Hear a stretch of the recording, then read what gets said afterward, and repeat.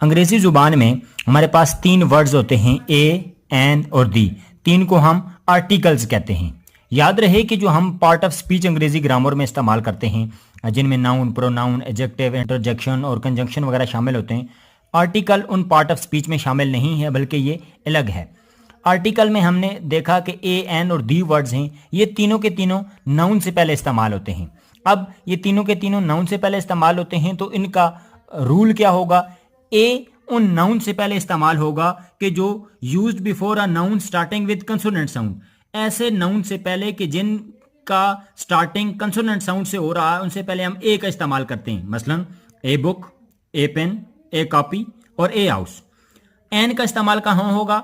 N is used before a noun starting with vowel sound. An उन noun से पहले इस्तेमाल होगा कि जो वावल साउंड से स्टार्ट हो रहे हैं। मसलन an umbrella, an apple, an orange और एन एग। अब दी उन नाउन से पहले इस्तेमाल होगा कि जो used before newspapers, mountains range, holy books, superlative degree of adjective, cliffs या पर्सन ऑलरेडी मेंशन्ड। यानी दी आमतौर पर हम जो आसमानी किताबें हैं, जो पहाड़ी सिलसिले हैं, जो एडजेक्टिव की सुपरलेटिव डिग्री है, या किसी भी शख्स का पहले तज़किरा हो चुका है, तो हम उससे पहले इस्तेमाल करते हैं। मसलन the Holi Quran, the Himalayas, the best, the express news.